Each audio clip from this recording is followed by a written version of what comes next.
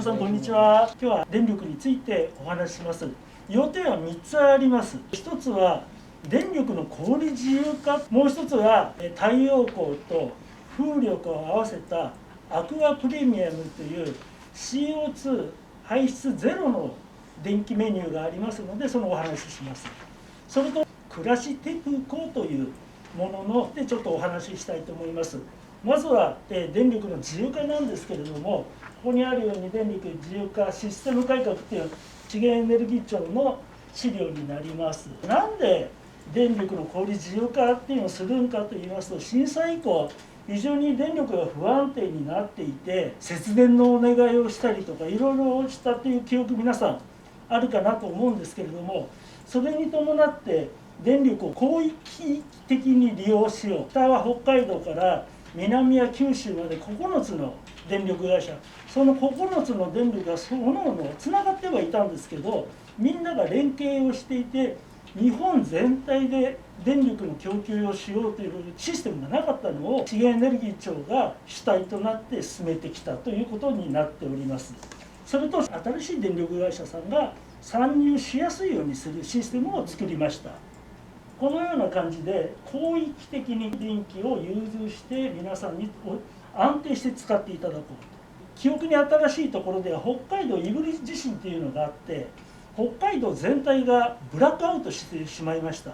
その時に本州側から電気を供給したんですけど、ここが非常に小さな線だったもんですから全体を供給ができなかったという例があります。東日本大震災の時、ここら辺一帯全部がですね、東北から関東にかけての原子力だけではなくて火力発電所もみんなダウンしてしまいました。ここを西日本から送ろうとしてもやはり線が細くて送れなかったというのがありました。そういうのを変えていこうというのがこのシステムです。じゃあどうなっていったかというと、2000年から実はスタートしてたんですね。2000年から2014年2005年というので段階的に大きな工場やショッピングモール、そういうところからスタートして中規模なスーパーとかショッピング、ちっちゃなショッピングモール、そういうところからこういう町工場みたいなところ、ちっちゃな商店のところまでになって2016年に全てが自由化されて、一般の家庭もどこからでも電気を買えるようになりました。こんな感じでですね、基礎の電力会社があって発電所があるんですけど、新しい電力会社もこの一体となってこの送電線網を使いながら電気を送ったりそれを買ったりするというのが小売自由化になっています。でも自由化になったからって既存の電力会社の方が強いじゃないのって皆さん思いますよね。でも国の方はもしトラブルがあったり悪徳業者がいたりしないように監視するシステムというのも作っております。それと万が一家停電しちゃったよとすぐ来てくれないかって、今までだったらお近くの電力会社にお話をすればすぐ飛んできたんだけど、電力会社を変えたらいやお宅は違う電力会社だから修理来ないよっていうのがないように好意的にそういったものの排除がしないように、今年の4月1日から電気を作る会社、電気を届ける会社、電気を売る会社っていう3つに分かれました。それで電気を届ける会社が法的に分離されて、これは北は北海道から南は九州沖縄まで同じようなシステムになっています。で、よく言われるんです。この間も笑い話になったんですけども、東京電力ホールディングスっていう会社とこれが作る会社フュエル&パワー、分かりにくいんですよね。でこれが電気をお届けする会社でパワーグリッド、これが私がいる小売のエナジーパートナーになるんですけど、下君電柱どかしてくれよって言われてもですね、ここに対して A さんが電柱どかしてくれって言ってるから早くどかしてやってくんねえかっていうのが法的にできなくなっちゃったジレンマも起きているっていう現状もあります。次にアクアプレミアムっていうので CO2 排出ゼロの電力メニューを作りました。これは何かと言いますと、関東地方と、東北の一部、長野県と静岡と山梨があるんですけど、これ見ていただくとですね、非常に水力発電所が多いんですね。この水力を主な電源にして、それと太陽光と風力を混ぜて CO2 をゼロにした電気を買っていただこうと。じゃあそれって何がメリットがあるのかというと、企業に対してはですね、これは CO2 排出ゼロの電気で作った飲み物ですよとかっていうものをつけられる。これで企業イメージもアップしますし、 CO2 の排出も削減ができますよということです。今のところはですね、大きな工場さんに CO2 ゼロの電気をお届けしているということです。はい、次に一番今日お話ししたいお話です。さっきお話ししたように、理想の電化に電源群馬というように、非常に群馬県内には水力発電所が多いです。その中でも東京電力の水力発電所ではなくて、県が持っている水力発電所もたくさんあります。それをうまく利用、企業局さんとコラボレーションして新しいメニューを作りました。電源の構成っていうのがあるんですけども、さっき言ったように県内の26カ所の県営の発電所の電気を使ってお届けしますよということです。これはいろいろ温帯法だとかそういったところにも有効に活用ができる。ただしですね、ちょっと電気料金をお高くしてやります。1円02銭。じゃあこの1円02銭をどう使うのかということなんですけれども、山本知事がお考えになっている未来創生事業、こういったものにちょっとお高くなった部分を使おうというのがこのアクアプレミアムの肝です。概要とすると、まずは大きな事業者様をはじめとスタートしますよと。で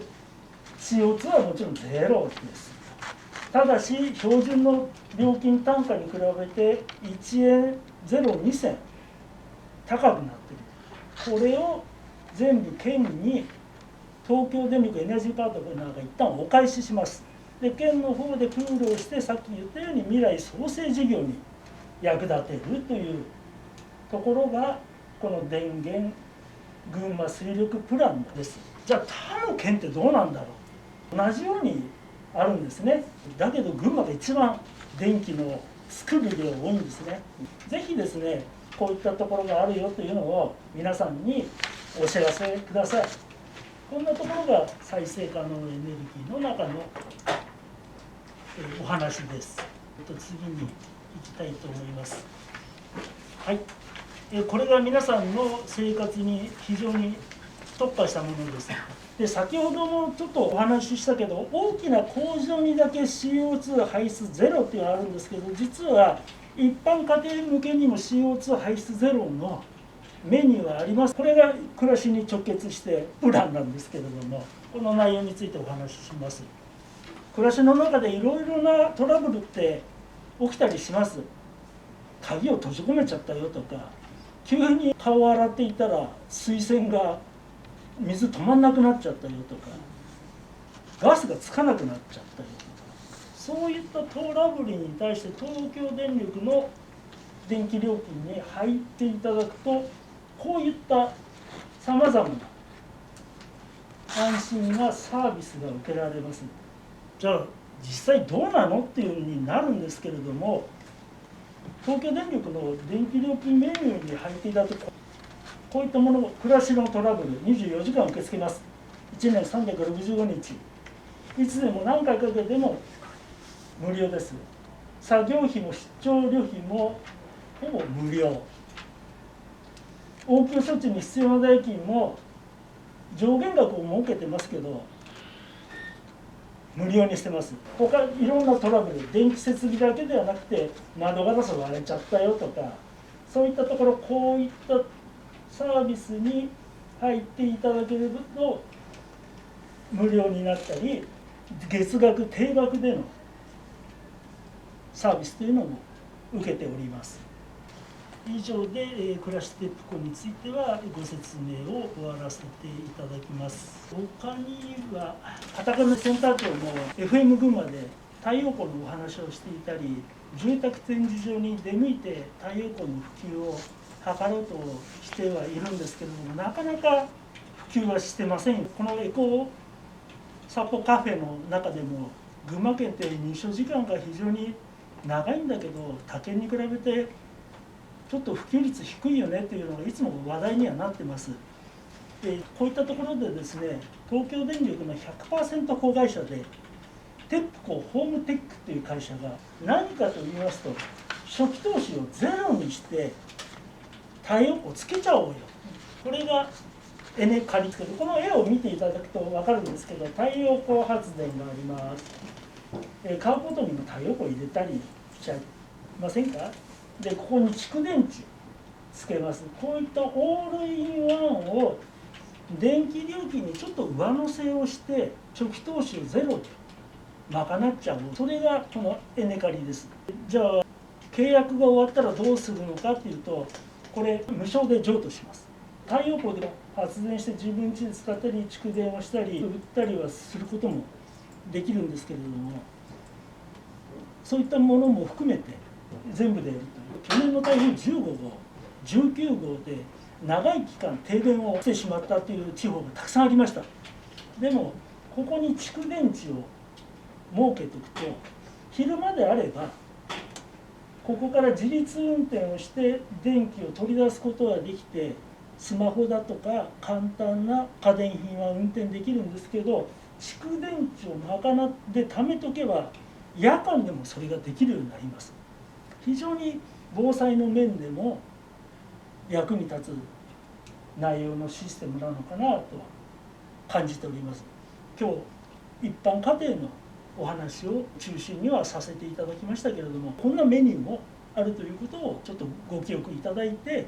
ご検討いただければと考えております。ということで大体のお話は、終わりました。どうもご清聴ありがとうございました。